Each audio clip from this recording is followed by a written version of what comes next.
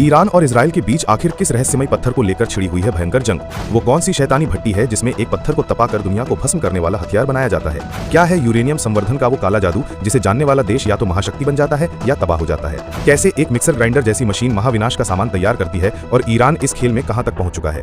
Iran के वो कौन से पाताल लोक में बने बंकर हैं जिन्हें भेदने के लिए इजराइल बेचैन है और इस लड़ाई का अंत क्या होगा? महाविनाश के खेल में 140 करोड़ भारतीयों का रक्षा कवच क्या है? भारत के पास कितने परमाणु हथियार हैं और वो कितने शक्तिशाली हैं? अंतर्राष्ट्रीय परमाणु ऊर्जा एजेंसी यानी IAEA जो दुनिया की न्यूक्लियर वॉचडॉग है, उसकी रिपोर्ट के अनुसार ईरान अपने यूरेनियम को 60% शुद्धता तक संवर्धित कर चुका है। और परमाणु विज्ञान का एक डरावना सच यह है कि यूरेनियम को 0.7% से 20% तक ले जाने में 90% मेहनत और समय लगता है। 20% से 90% तक का सफर बहुत तेज और आसान होता है। ईरान 60% पर पहुंचकर लगभग सारी मुश्किल चढ़ाई चल चुका है। अब 90% तक पहुंचना उसके लिए कुछ हफ्तों या महीनों का खेल है। यही कारण है कि इजराइल और अमेरिका को लगता है कि ईरान परमाणु बम बनाने से बस एक कदम दूर है और वो उस आखिरी कदम को उठाने से पहले ही ईरान के परमाणु कार्यक्रम को तबाह कर देना चाहते हैं। इस महाविनाश के खेल में भारत कहां है? अब बात करते हैं अपने देश भारत की। जब दुनिया इस खतरनाक खेल में उलझी है तो 140 करोड़ भारतीयों का सुरक्षा कवच क्या है? जवाब है भारत की अपनी परमाणु शक्ति। एक ऐसी शक्ति जो हमने किसी से मांगी नहीं बल्कि अपने दम पर अपनी शर्तों पर हासिल की है। भारत का परमाणु जखीरा। दुनिया की प्रतिष्ठित संस्थाएं जैसे सिप्री का अनुमान है कि भारत के पास 170 से 180 के करीब परमाणु हथियार हैं। ये संख्या हमारे दोनों पड़ोसियों चीन और पाकिस्तान को किसी भी तरह का दुस्साहस करने से रोकने के लिए पर्याप्त है। भारत की अजेय त्रिमूर्ति न्यूक्लियर ट्राइहैड। भारत दुनिया के उन गिने चुने देशों में से है जिसके पास न्यूक्लियर ट्राइहैड है, यानी हम जमीन, हवा और पानी तीनों जगहों से परमाणु हमला कर सकते हैं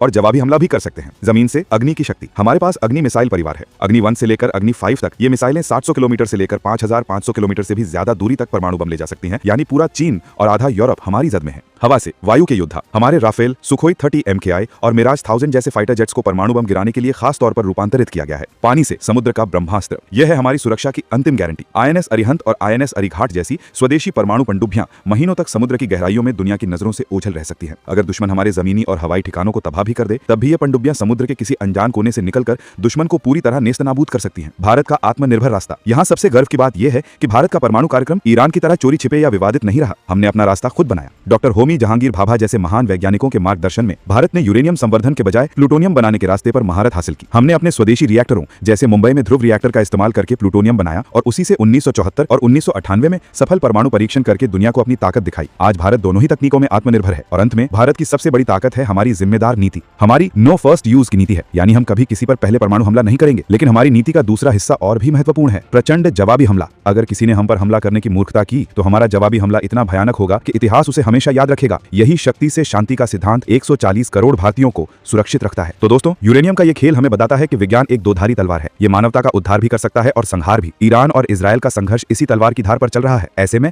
भारत दुनिया के सामने एक उदाहरण है, एक ऐसी महाशक्ति का जो ताकतवर होते हुए भी संयमित और जिम्मेदार है। हमारी परमाणु शक्ति किसी को डराने के लिए नहीं बल्कि ये सुनिश्चित करने के लिए है कि कोई हमें डरा ना सके। इस पूरे वैश्विक तनाव और परमाणु बम के विज्ञान पर आपकी क्या राय है? क्या ईरान को परमाणु